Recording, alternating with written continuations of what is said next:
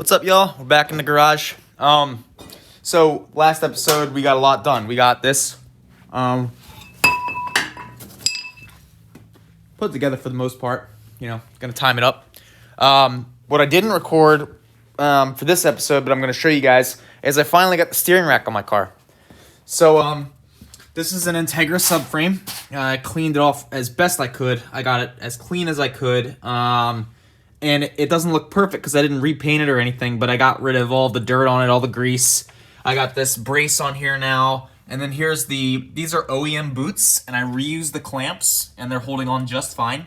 I have new inner tie rods on here from Moog, and then here's the bungs that I made from the old hydraulic ports. I just welded them up, and you can see it's right inside of the car, and I centered the steering rack this time. I've never centered a steering rack in my car, and I've had the steering rack out a couple of times, and so I'd be at the track taking off my NRG hub and lining it up to try and get the steering wheel set right, and it was just so bad. But now it's set. It's actually centered, which is dope.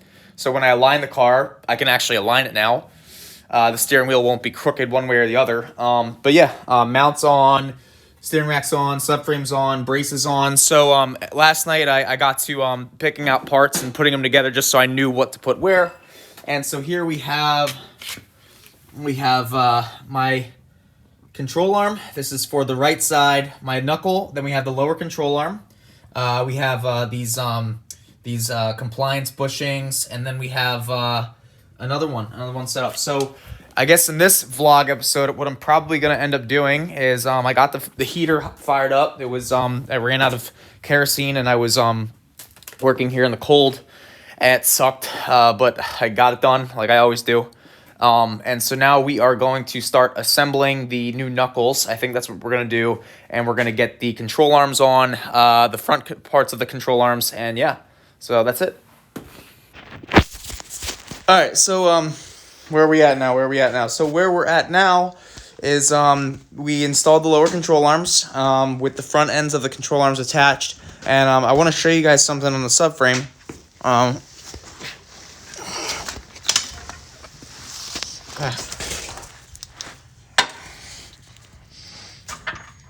All right, so see this spot right here? This is where the bolt for the lower control arm goes through. There's a capture nut inside here. These always snap, especially when you run sphericals. So this one looks really ugly. This one also looks sort of ugly, but not as ugly. But basically what I did on both sides was I took a hole saw, a very dull hole saw, as you can see, drilled out with the hole saw this, re-welded the entire capture nut, did the same thing on the other side, welded the holes back in. Again, this was a very messy job. I could have done a much better job with the sharper hole saw, a better hole saw made for metal. That one was made for wood, but it still worked.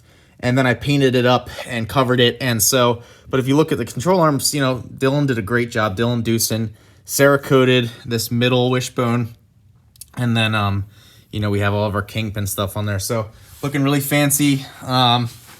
We are going to now, try not to hit my head. But we are going to now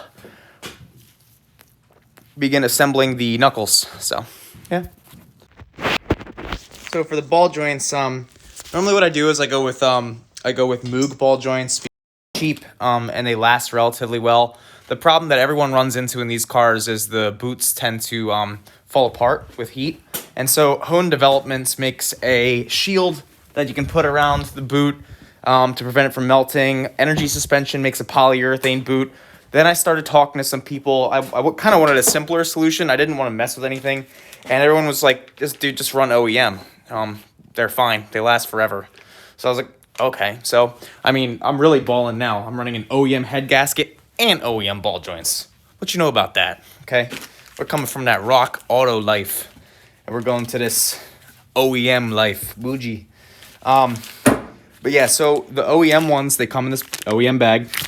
Thank you, Walter Ritchie. Shout out to Walter Ritchie. He hooked me up with a discount. His friend works at Honda, and he was able to get the head gasket and the ball joints for me. So I really appreciate that, Walter. Thank you so much. One thing that's different about the OEM ball joints is they do not have a C-clip. And so the C-clip usually goes on this side on the Moog ball joints to prevent it from pushing out. So That sketches me out a little bit, I'm not going to lie, even though it is an OEM ball joint. It is intended to work like that. The reason is because over time, these diameters, they wear out. And so knuckles are a replacement item, right? But these are we're basically vintage racing at this point. I mean, that's like a 30-year-old car. It's like my age. Shut up. But yeah, so what I might end up using is this stuff. Thank you, Damien. Damien does give good advice from time to time. I'm just kind of using this for him to bust his chops because he's going K-Series, and we have a little K-Series, B-Series rivalry going on in Honda Challenge H2 right now. But Damien recommended this, which is really dope. This is Loctite retaining compound, okay? So Loctite retaining compound is for interference fits and press fits. And what's cool about it is most Loctite is for threads. Stops threads from loosening up from vibration, from tensile stress. This stops press fit or interference fit interfaces from moving over time from the same failure mechanisms, right? In this case, it would be compressive strength or compressive force and then vibrations, as opposed to tensile. But yeah, so we got this. We might use this. I'm going to kind of like put the ball joint in, see how it feels, and then we'll go from there. All right, so we got the first ball joint in. All right, so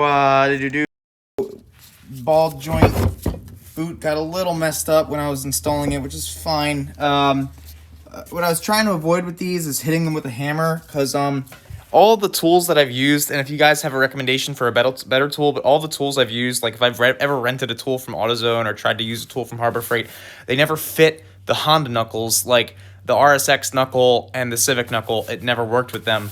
So what I have here is a very, very old C-clamp. Do not try this with a C-clamp. Don't do as I do as I say. Do not try this with a C-clamp. It's cast metal. Probably going to crack if it's under too much load. But safety first, I wear my eyeglasses and hope nothing breaks. But basically, I use this to press it in with my vise. Because this is old, because it's very old, it's very good quality metal. I've used it to press in ball joints before. Don't recommend doing it, but I've done it. So, you know, you can see it's flush, okay? And honestly, it was so hard to press that in there. I'm not even good. I didn't even try to put retaining compound on there. I can see why the OEM ones don't have C-clamps or C-clips, because that was tough. But it's in. So we're gonna do next one and keep going.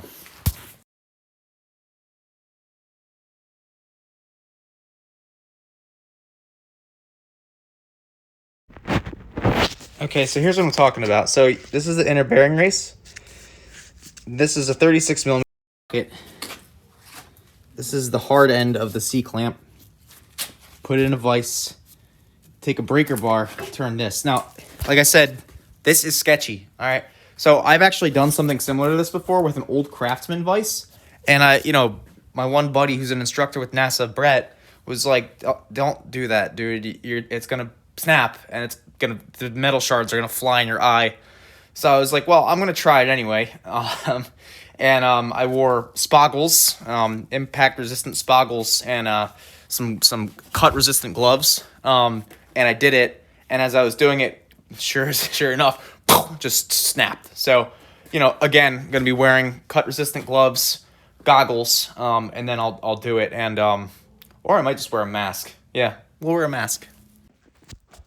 All right, that was really frustrating. This reached its yield strength. That ball joint was ridiculous. I don't think they're coming out without the retaining compound. Wow. So Moog ball joints definitely going a lot easier. Fun fact. So I will actually have to buy a ball joint tool now. But yeah, so now we have the knuckle in the whatever the hell this is. I'm tired after that exercise of garbageness. I actually used the hammer to get it in, so it looks really ugly. I don't know if you can see it, but I'm kind of mad at myself because, let's see if I can see how ugly that is? I'm mad at myself because I had to hammer it in, and then the boot's a little bit torn. It's got a tiny tear in it. So I know that tear is going to get worse. I'm actually really irritated. but it is what it is. Maybe I'll buy another boot, whatever.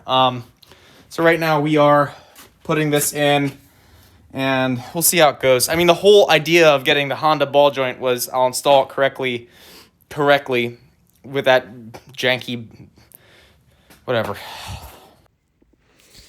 All right, so we have both bearings in. What I do when I rebuild these is I usually try to get like good quality aftermarket parts for these knuckles. So like, you know, I said I use Moog ball joints before. For the most part, they've been pretty good in the past. I mean, especially for the price. I got lucky because I had a friend who had a hookup on Honda parts, but if you can't afford that, you know, the Moog stuff works pretty good. And generally, if I have some sort of other joints, like a tie rod or something like that, I'll probably use Moog. Another example is SKF. SKF bearings, Timken bearings, it's what they use in industry, NTN. So, bottom line is a lot of the metal that you're getting nowadays is recycled Chinese crap. And so it comes down to engineering tolerances and manufacturing processes. And so I order those brand names instead of Honda, because Honda's expensive. So, one example of replacing parts that, came on the original stuff is these C-clips. So these C-clips actually hold the bearing in place. Now there's a lot of lateral load when you're going around corners in these cars. So, you're worried about it potentially pushing the bearing out and having your wheel fall off. So to prevent that from happening, you put these little C-clips in. What's cool is on Rock Auto for I think $3, you can get one of these. The ones that come on the cars get super rusty. They're really difficult to remove, so it's good to be able to replace them with new ones. And I just found out about this recently, so hot tip. All right, so tonight was a little bit slow. Got the C-clips in, got the bearings in, got the ball joints in. I think I need to order new hubs, which is annoying. I have this. And I believe what this is that this is the good knuckle with a good hub. This is all OEM stuff, except for the ARP studs and the bearings and the ball joints. But that was on the driver's side. The passenger side had a camber issue. And it was giving me crazy toe under compression because it was all bent. And so I gave the fixed one to Alex, because my friend Alex, who was going to be racing in H2 with me, because he gave me it at the Glen because I was having issues. And then, so I think that my bad one is in my basement, and I was going to use the hub off of the bad one. But I still probably need to buy another hub, which is annoying.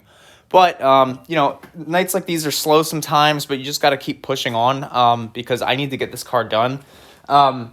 One thing that I wanted to show you guys, so these are the AEM cam gears that AEM sent me. So thank you, AEM. These guys have been awesome to work with so far, like I've said before. Right now, you'll notice that they are set to 0 degrees. So these are made for B-Series motors.